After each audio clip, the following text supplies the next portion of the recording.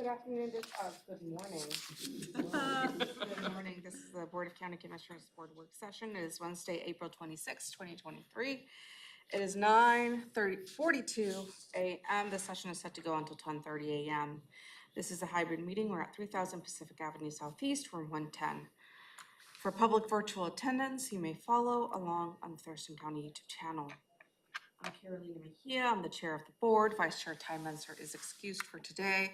And Commissioner Gary Edwards is to my left. Also in the boardroom, we have County Manager Ramiro Chavez, as well as Assistant County Manager Robin Campbell. And we have both the budget team and staff from Public Works joining us this morning. We'll do introductions here shortly to discuss the capital projects approval streamlining process briefing. Let me, thank you and good morning, Commissioners. Let me just make a couple of opening statements. And as we conduct the business of the county, we always look for ways as to how we can streamline any processes that we have in place. This particular briefing was presented to you back in 2019, I believe. And then the pandemic just came, but also gave us an opportunity to revisit some of the proposals that we provided to you. And what you hear today is really we have achieved a couple of objectives with this proposal. One is reducing the time. I've heard that time is money, and that really has been how we reduce the time in processing the different elements on the project delivery. And that's where you see today is from facilities, budget, as well as public works, because it has been a consolidated effort to go through a lean process analysis to determine where we can probably eliminate the gaps and streamline the process. And also you will hear today is how we can engage the board along the way to be more, get additional, more timely information related to all the projects that we have in our work. So that's what you will see today, two major key objectives: saving time, saving money, and as well how we can engage the board more proactively and for you to be aware of the upcoming projects, some of the instances in which a project may be suffering the delays. So all that is part of this presentation today. With that, Robin, would like to have a couple of statements or right to the presentation. So we have a PowerPoint and we have staff ready to do the presentation. I will say, and you'll see, I'm gonna wait until the slide comes to do the kind of the background. So let's go ahead and get this going. Could we do introductions? Yep.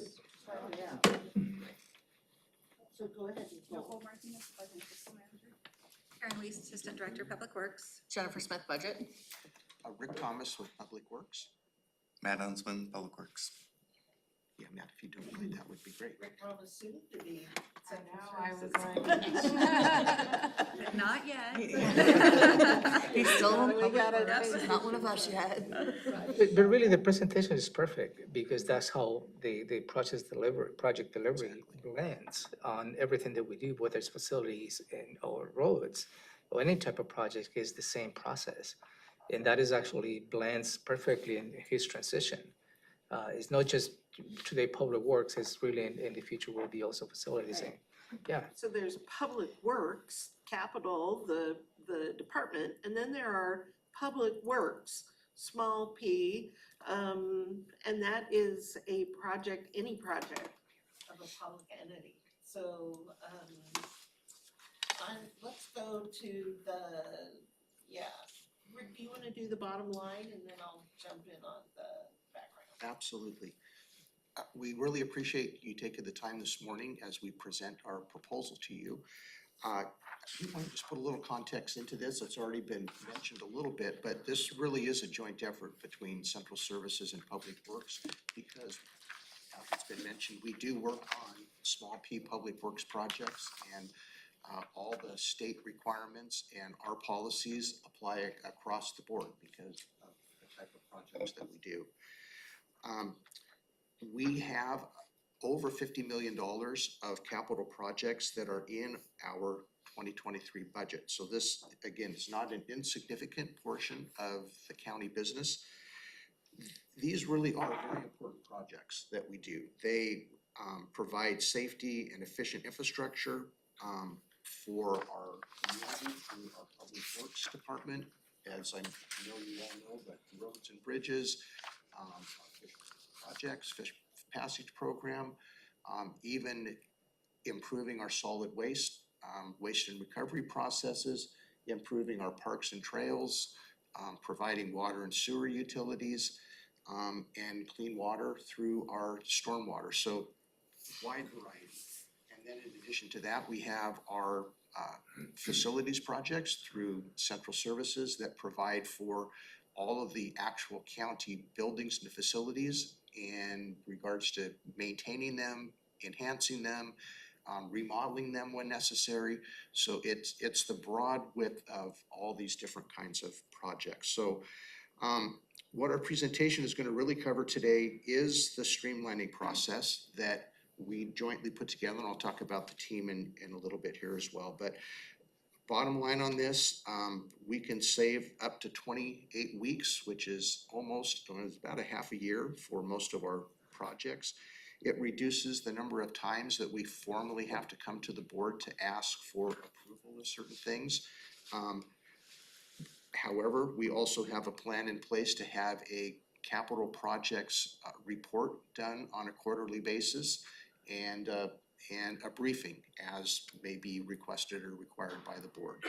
So that's, again, just kind of a little bottom line sneak preview of what the presentation's going to be. I just want to quickly go through the process time, and then Robin, you can kind of do a little bit of the background there. Back in 2017, there was a decision made that there would be a separation of the capital and operating budgets. So that was part of kind of the budget streamlining.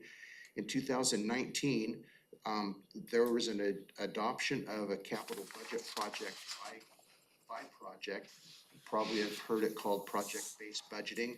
Also gave more authorities to the actual process. And I'm yes. gonna jump in here. Yes, please do. Those two items, having a separate operating budget and a capital budget, and appropriating your capital projects by project, those are best practices in budgeting on a national level. So moving toward those was strengthening the controls over the capital projects. It also gave some flexibility when you appropriate by project. If the board does an appropriation for the entire cost of the project, then it doesn't matter what year that project happens in, because public works projects are multi-year projects. And if the board appropriates, let's say, $2 million to stormwater improvement, then the whole process from inception to closing it out, doesn't matter when that happens. That $2 million is there no matter the year. Whereas in an operating budget, by law, appropriations lapse at the end of the year, they end. So moving to this created flexibility for both public works and central services to be able to do the work when the work needed to be done, rather than trying to cram it into a fiscal period. So that was one initial improvement. I have just a little follow-up on it.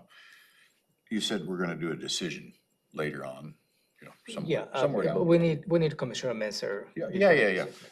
I'm just curious, what's that ask gonna be? Where So are we headed? we heading on this is gonna be, in order to achieve the objectives that are gonna be presented to you, is gonna be a delegation of authority. Okay.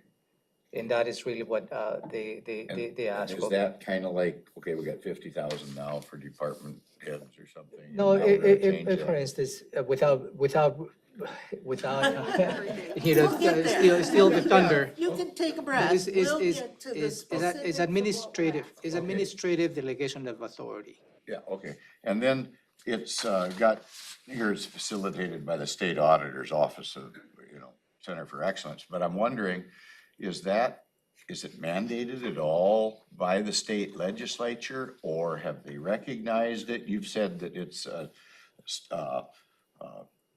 Best practices best in practices. budgeting. The first two things on this list are best practices in budgeting. How we do a budget is pretty, well, it's regulated and it's not. But the way we're budgeting now is exactly the same way, it's close to the same way that the state of Washington does. I guess what I'm asking is because I'm not gonna be very knowledgeable even at the end of this briefing. I'm gonna know a little more, but, we're gonna make a decision and if the state auditor, there's something in writing to the county that, boy, this would be a better way to do business, and the legislature is also kind of involved. We don't have anything like that in what we're asking you to do, but I can tell you that we are requesting that the board delegate those items that they can delegate under state law, and we will continue to come to the board with those items that state law requires us to come to you with. Well, I don't have any But let's work concerns, through it, really. I because just- it will become more clear what we're asking So, you. so maybe when we can get to the end of the presentation, we'll give you a little more perspective of I'll be patient. what we're asking. Thank you. I'm gonna take the next bullet too, that we reached out to the state auditor's office, and you may know that the state auditor has this Center for Excellence. And they provide consultants to counties and cities on how to improve processes. And Central Services and Public Works joined together with this concept that a project is a project, no matter what type of project it is. And we worked through a lean process with a lean expert from the state auditor's office on how can we make this process, the project process, go more efficient and effective. And so some of these recommendations that we're bringing to you are things that we worked out in that lean process. Just to expand on that slightly, it was a larger group of about 10 individuals from Public Works and Central Services that worked with the state auditor facilitator to really help us define projects, what that really means, definitions, flows, phases, those sorts of things. From that, one of the recommendations was to form a smaller group in order to really define any possible ways of us streamlining our actual capital projects approval process. And so what we're presenting to you here is really an outcome of that smaller group that started from that initial lean facilitation process. As the county manager mentioned, we did make a presentation in late 2019 or early 20 about the progress of this.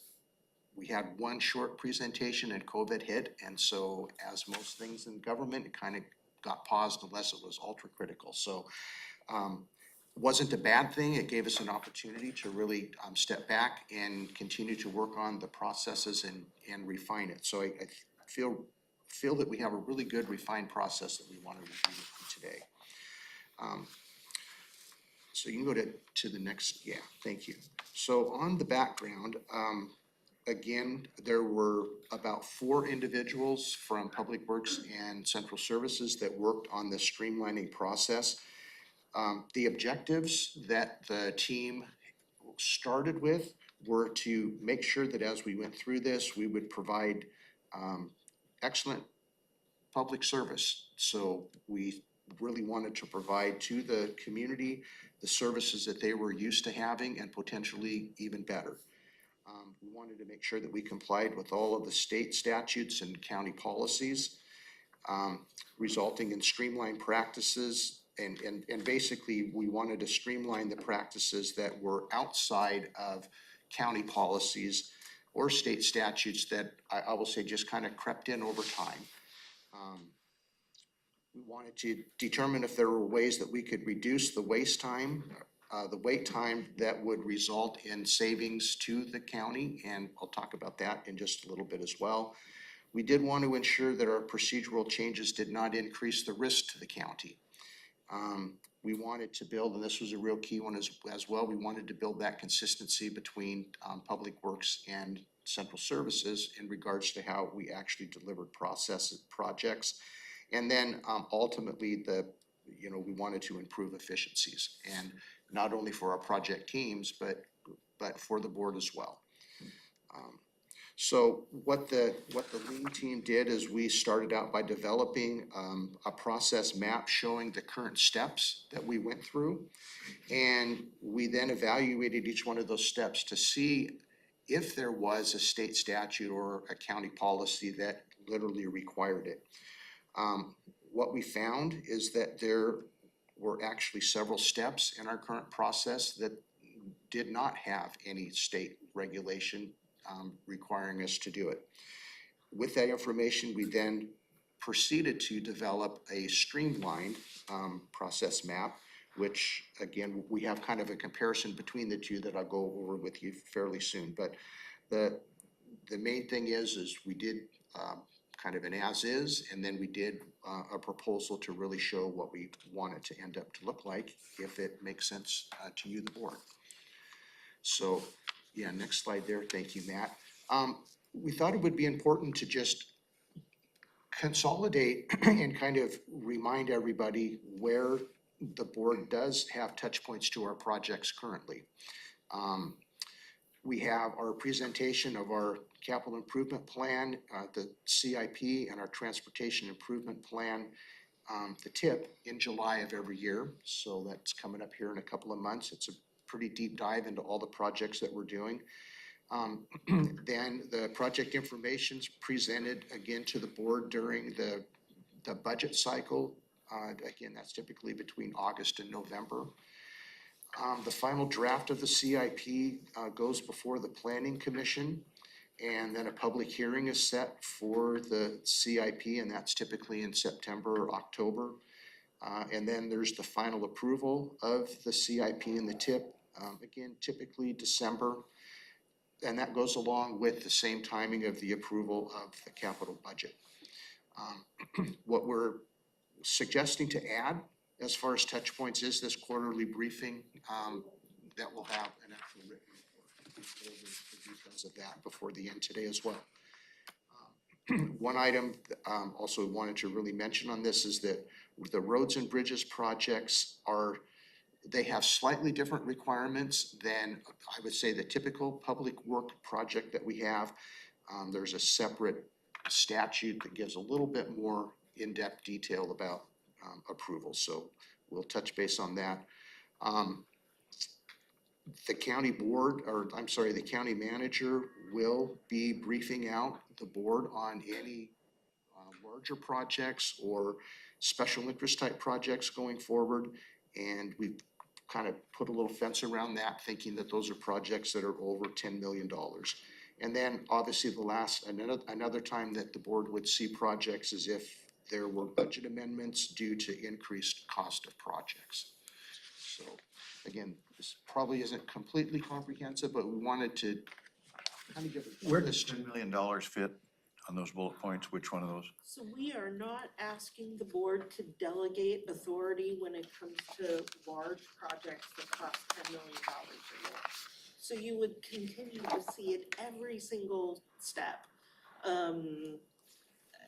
Projects like the jail and the courthouse and the roundabout down in Grand Mound and the Green Cove culvert, is that the? It's at 9.1. So it's just barely under, but those are big projects that we would not ask you to delegate. I guess my concern is that, early on the Montman, for an example, it was gonna be X, but oh no, it was, woo.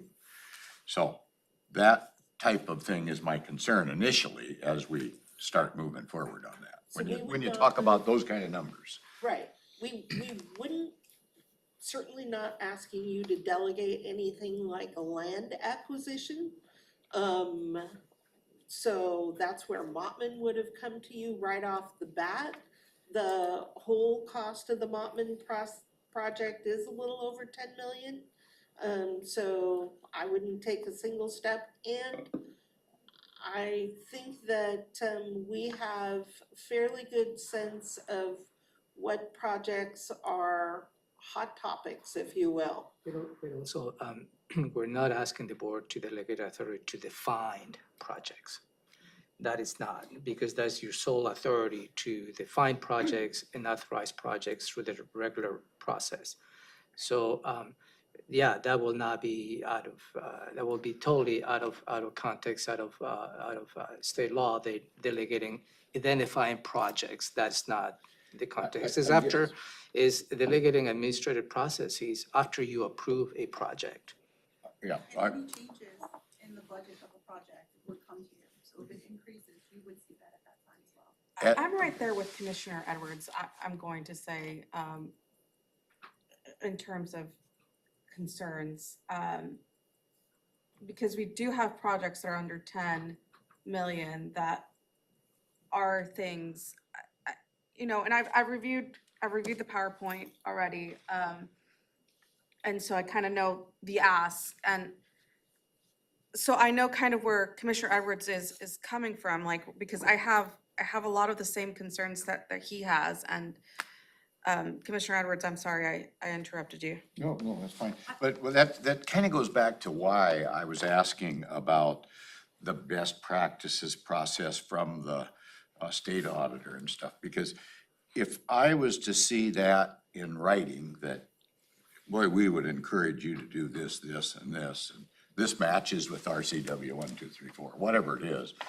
It just makes it a little easier for me to step out of the norm, if you will, if it's recommended by, not, I realize we do business with staff every day and we want to make sure it all works, but when we're gonna make some, to me, this sounds like we're kind of gonna make a monumental change here on how we do business, which I'm not opposed to. It's just that I want to make sure that it's a recognized change. You know, when you say things like best practices, okay, I'm okay with that.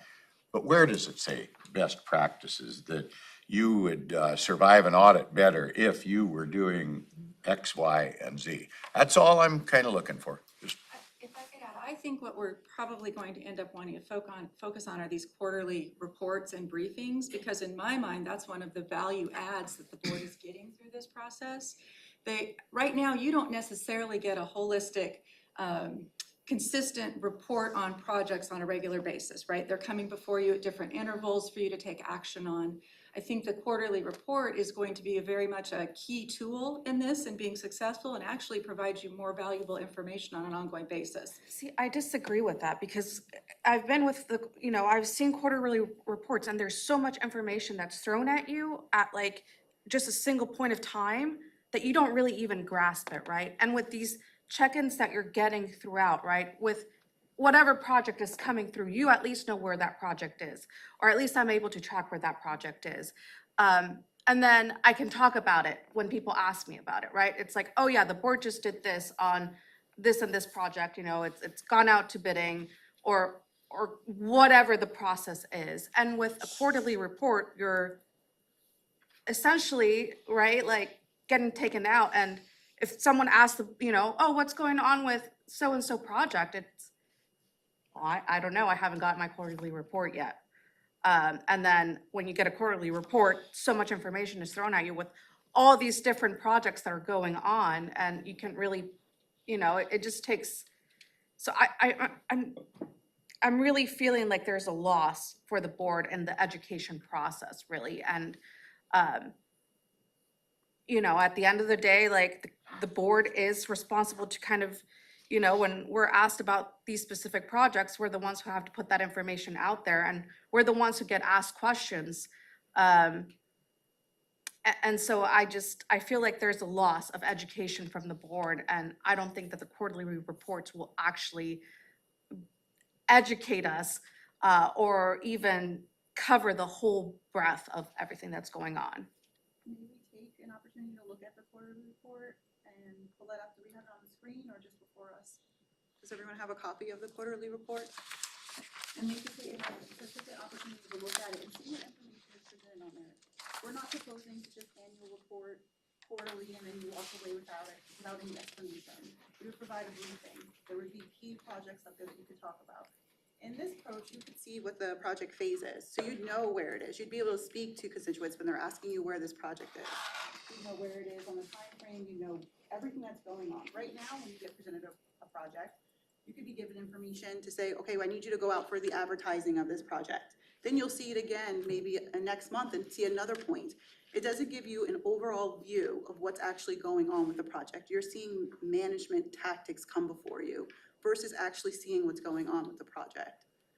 We could make other suggestions, maybe not quarterly, maybe you need to see it more often. But in one concise report allows you to see everything at a higher view and to be able to see where you're actually walking instead of being in the details and you can't see the storm. You know what I mean? You're in it, so you can't see the full picture of this project and where it's going. So the proposal is mainly administrative delegation of authority. Maybe we could just go through the whole process, and I understand that your concerns, and you understand, that the perception that all of a sudden the intent is to take the board out of the process. That's not even close to the intent of this proposal.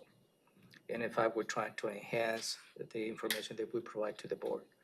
And that's at the same time enhance the project delivery process. The board has entrusted us to bring proposals to streamline the process and save money. And that is the intent of this presentation. The intent, again, is not to take the board out of step, not even attempt to take your legislative authority away. That's not even part of this presentation. As we move forward, is there written recommendations that come from the state or from the legislature to do it? This would be a better way to do it. I'm just curious about that, because if we're contemplating making some changes, which I'm not saying I'm for or against, I just like to make sure it's kind of bought off on elsewhere, maybe at a higher authority that oversees our expenditure of public money, that's all. State law will not get to the point of telling us how to deliver. No, okay, how about the auditor? When the state auditor comes So down, the state auditor will not, but the state auditor recognizes the process improvement process. The state legislature has funded this program as a resource to all the jurisdictions across the state. And those resources are to aid the organizations to look for ways as to how we can streamline any process. yeah, okay. That is really the state auditor's office is a resource that is available to all of us. We just exercise that resource. And I think it was valuable resource as opposed to, staff come and assess the process ourselves. There's always a third party looking from the outside to give us a perspective. Yeah, no, this is good, this is bad. And I'm always concerned about reinventing the wheel. So like other jurisdictions, are they doing something similar that we can refer to and look at? That we did reach out to the County Road Administration Board. This is obviously just related to the roads and bridges projects, but we did reach out to the County Road Administration Board and talk through the process with them. And so we can confirm that one of the recommendations related to the roads and bridges has been implemented in other counties. And I'm coming from Pierce County, specifically to roads, and it was a very robust delegation of authority to the department, and really is to streamline the process. Well, I think it sounds like we're kind of maybe having a negative, I do not have a negative view yet. I just want to see where the coverage is. I know it sounds that way, but that's my job to have oversight. That's absolutely your job. And So I don't want to cut you off before you're done with your presentation. That's not my intent. I just want to know that it's working elsewhere, there's recommendations. I like to see things in writing. That means something. Having a verbal discussion about something is best or not best or is gonna cost X, because we've been there with the cost X and it gets out of control. And I'm nervous, that's all I'm nervous. And I'm on the nose side right now, Yeah, okay, well, I'm so, not- like, I'll just be Yeah, upfront, okay. like, just from reviewing this, I'm just not comfortable with it whatsoever. And, you know, there are some things that I, you know, might be able to say yes to, but there's other things where it will be a no for me. So it would be helpful for us if we could step through the things that we're asking you to delegate. And you could tell us what your concern is with delegating those items. Because if it's just a matter of providing you timely information, we can figure out how to do that. If it's a matter of you really wanna see every $25,000 design contract, I don't know that that's the best use of your time or ours, quite frankly. But that's our responsibility as the board, though. That's our main, it's everything that comes through. I mean, it has to be, us at the end, as a board, it is our duty to, even if it's pennies, I mean, that is our job. Yes, how And so- often have I said the buck stops with you? Exactly, and Yes, so, it does. for me, it's just like, I understand that it might take staff time, I understand that it takes board time. But at the end of the day, that is the board's job to do, because you're absolutely right. The buck stops with us. It does.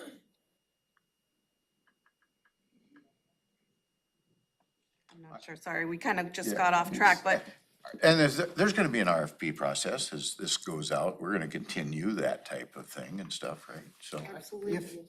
Yeah, if we could, I mean, it actually is almost a good transition point because we do have, next part of the presentation is really to walk through the comparison of what's currently being done and what we're proposing. So if you could actually, in your packet, there are 3 pages that, and the first page looks like what's up on the screen right now. There should be 3 pages that talk about the process comparison map. And the map is laid out in 3 different phases. The first phase is the strategic planning phase. The second phase is the project initiation. The third phase is the design that includes permitting and right-of-way, and then the fourth phase that we talk about would be construction. And I won't take a whole lot of time on the first 2 here, but under the strategic planning phase 1, that's basically the CIP and the TIP process that I think everyone's pretty familiar with. So there'd be no changes to that at all.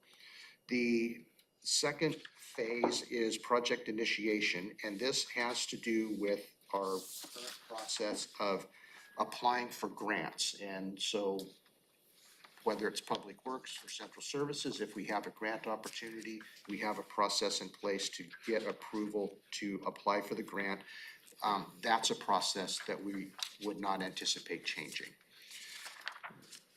When we get to the design phase, this is where we have some streamlining opportunities. Try to summarize it this way as I can. If we take a look at the first 2 items, they're related. They have to do with consultant contracts, and particularly consultant contracts that are over $50,000, which quite honestly are pretty common for the type and quantity of and size of projects that we do. What we found is that there's not a requirement in any state regulations for us to have the board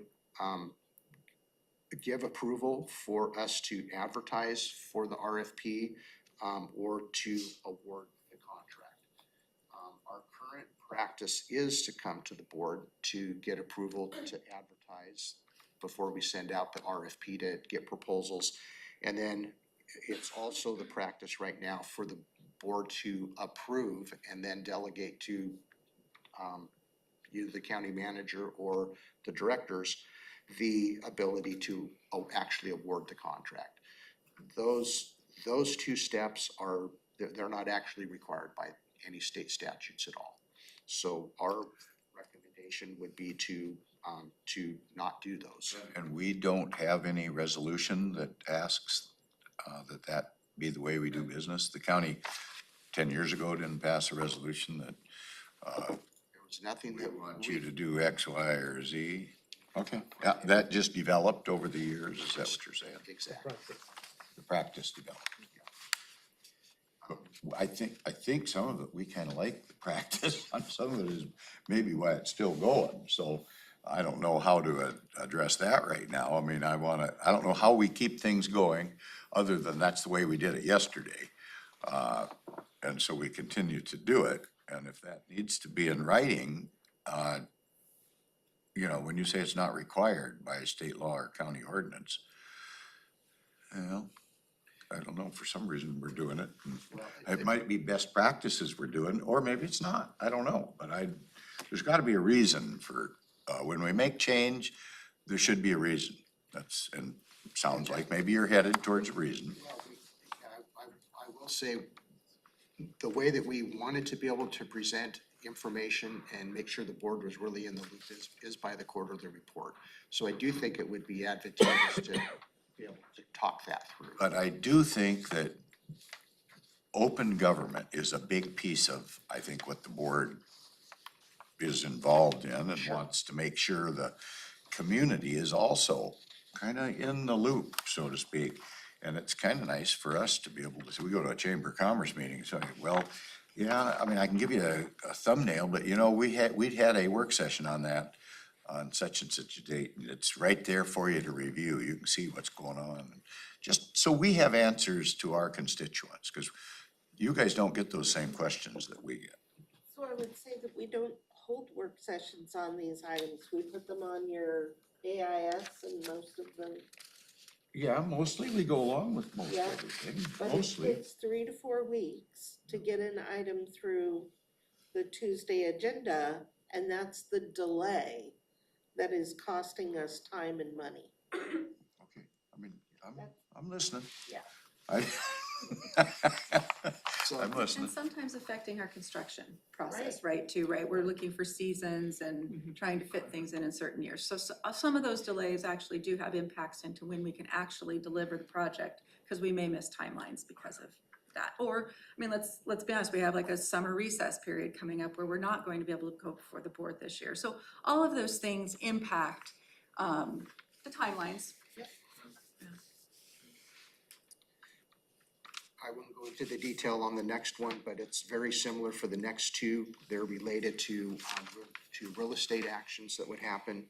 Again, to get advertising approval and then awarding consultant contracts. If we move into the construction phase, there is, basically there's a process now that any projects that we have over $40,000 need to come to the board to get approval to advertise. And then we follow on typically about a month later after we receive bids, we come back to the board and then ask for the delegation of authority to go ahead and award the contract. There's two exceptions to that. One is if it's a project that we can use our small works roster on, that limit is actually $350,000 instead of $40,000. And the other exception has to do with the roads and bridges projects where the RCW 3677 specifically lays out requirements that the board needs to give authority to go out for sealed bids, to get sealed bids and then to award the contract. So there's no change in that, other than we would be asking that would be done in a single board action rather than in two separate actions.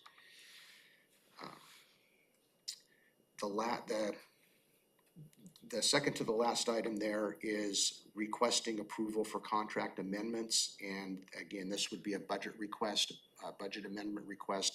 That would not change. Anytime there's a budget amendment, it comes to the board for approval. The last item that we have down here is request the approval of release of retainage.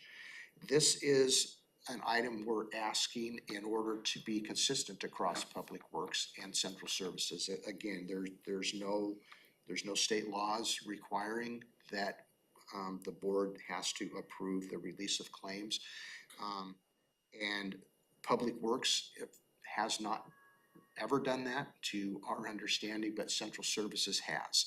And so what we would be asking on this one is to basically eliminate Central Services from having to request that approval. And then it's After all the work's consistent. been done, it's all approved, Yeah. we owe the money. That makes sense. We did something about that a couple of years ago on some of the larger development projects that get approved. And then they used to have to come back before the board. I think we gave you the authority to Yes, sign off. similar to that. So that's similar to what you're talking about here, right? Yeah, Which, that kind of makes sense to When the work me. is done, we go through the due diligence to determine, the terms and conditions of the contracts have been met.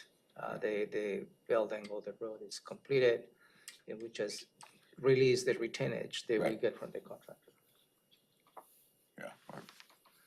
So I went ahead to the next slide just because of time. I want to make sure there's enough time for a few comments and questions here. So we just wanted to kind of summarize the process map.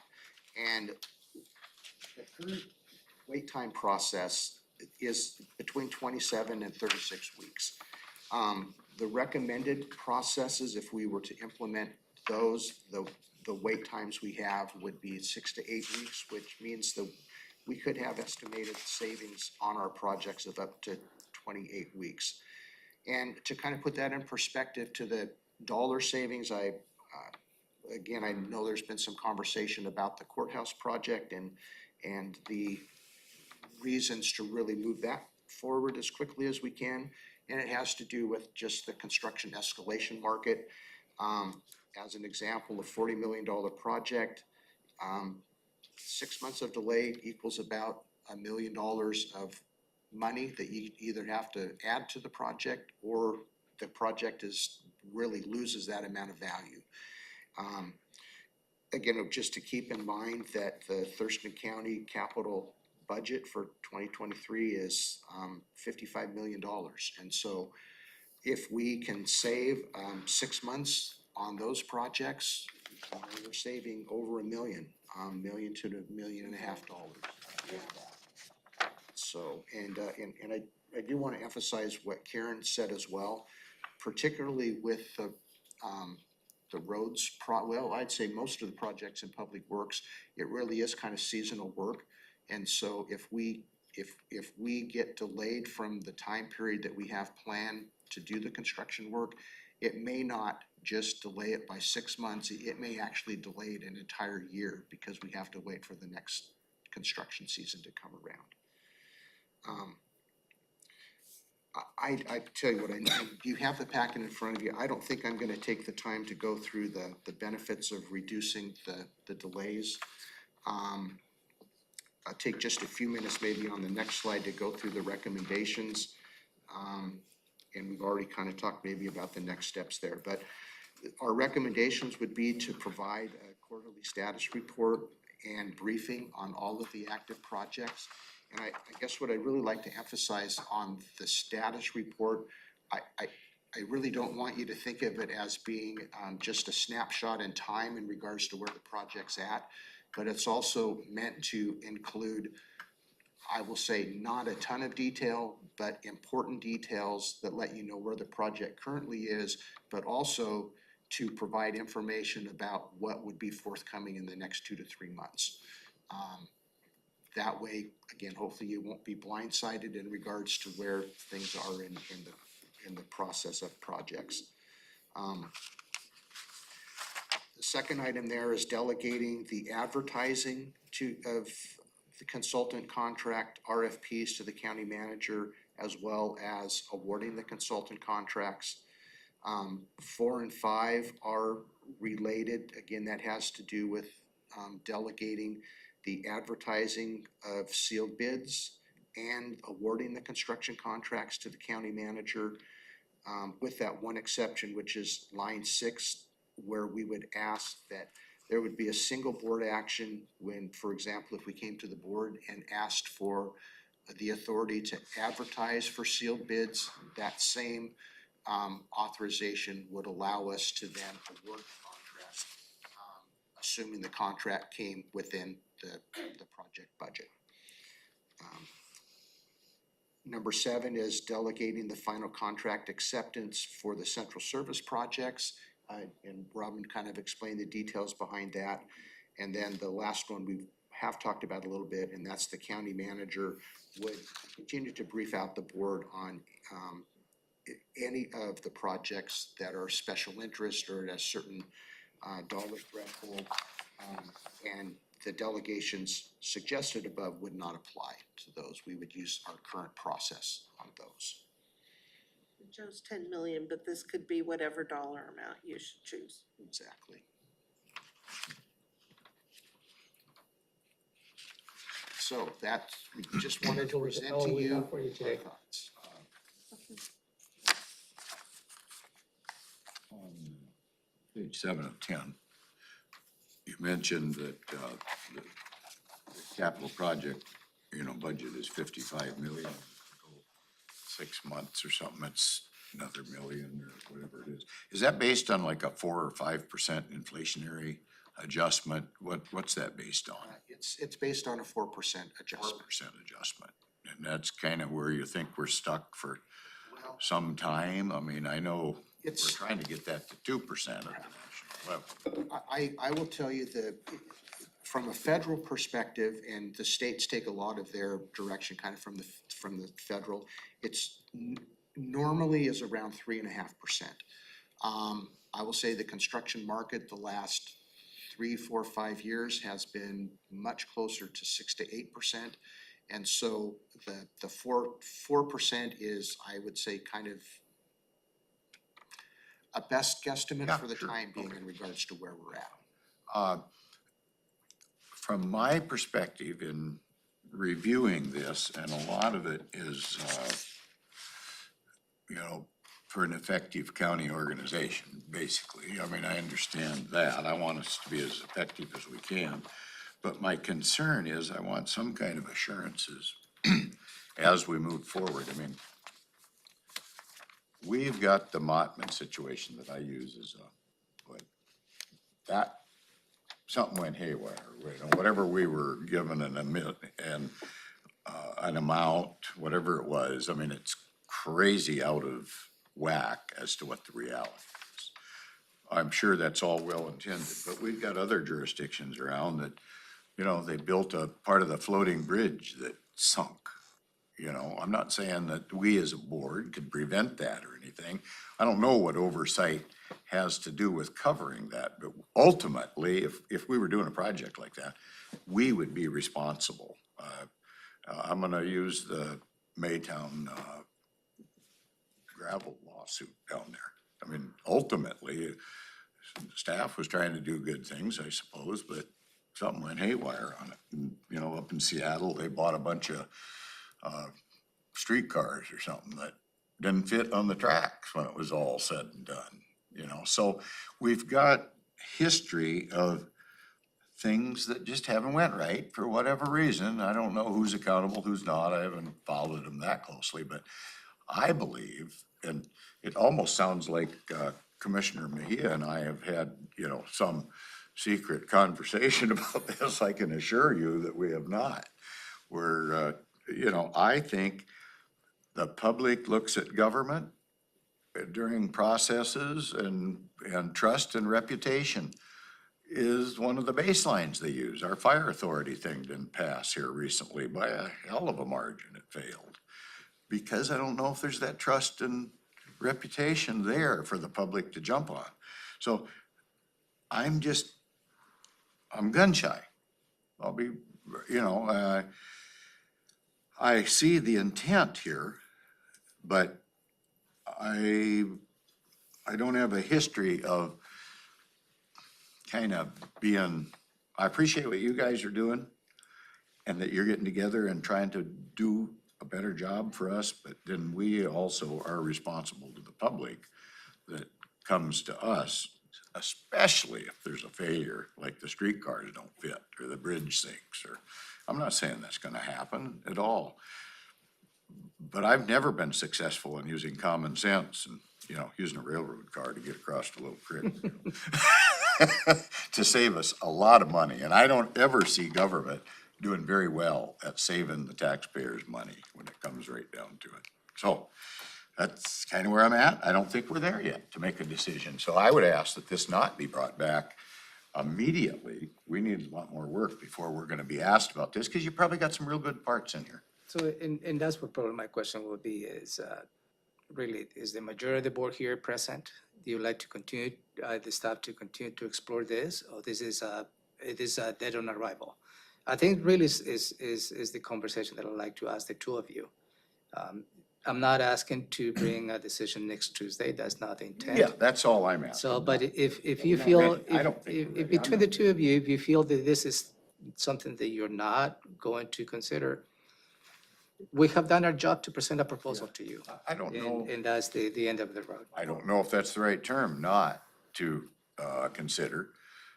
Maybe portions are, Say, is there maybe not the full meal deal, but there. yeah, that's, Karen, that's exactly what I'm thinking. Potentially, we need to build out the quarterly report so you can see that and Portions see what of that it. looks like and whether that works or doesn't work. I don't know. This is a big hit without any, basically no forewarning, really. That's a big hit, big change. Well, I know, we've talked about it, and we had a pandemic get in the way about it, so there's a lot of reasons that maybe we're. Is this something the board will consider as a work in progress for us to continue to refine the proposal? Or you think this is something that you really are not in the position to consider? And, Not right now, I'm not. no, I'm not asking you to do it right Oh, now. no, but I mean, I'm just saying, So, if it could, you know, be a little streamlined, I like the idea. I've wanted the health department on septics to be included in Josh's shop all along. Because citizens have to come in and they go here to do business and they go here to do business and they get conflicting information all of the time. So anytime we can consolidate and really make sure that we're communicating well within those consolidating groups, I'm all for that, trying to streamline the process. I'm just not here yet on this particular issue. For me, there are some things that, again, but that I can see, other things absolutely not, but, Yeah, I mean, that's kind of where I'm at right now. But I'm not saying there aren't good ideas and good proposals mixed in here. We ended up eating up a lot of time asking questions, and so the presentation got short-circuited to a degree. But I don't know, I would hope that you could take away from this the flavor of the board. I don't, it's unfortunate that Commissioner Menzer couldn't hear this, but he certainly has the opportunity, he can watch this at a we'll later. continue to refine this presentation based on the information we received from the two of you. And we'll schedule another briefing a little more in detail. And then, you know, and then I will ask what the comfort level you have by item, not necessarily holistically. That may be the best approach as opposed to just giving you the option of, you know, this is the proposal, A or nay, maybe start diluting some of the specific proposals. And then if you see a value in one of them, works. If you don't see a value in the other one, you know, I think maybe that's what I'm hearing. That perhaps at that level, you may be more comfortable in making a decision. 10:36, we are adjourned. Thank you.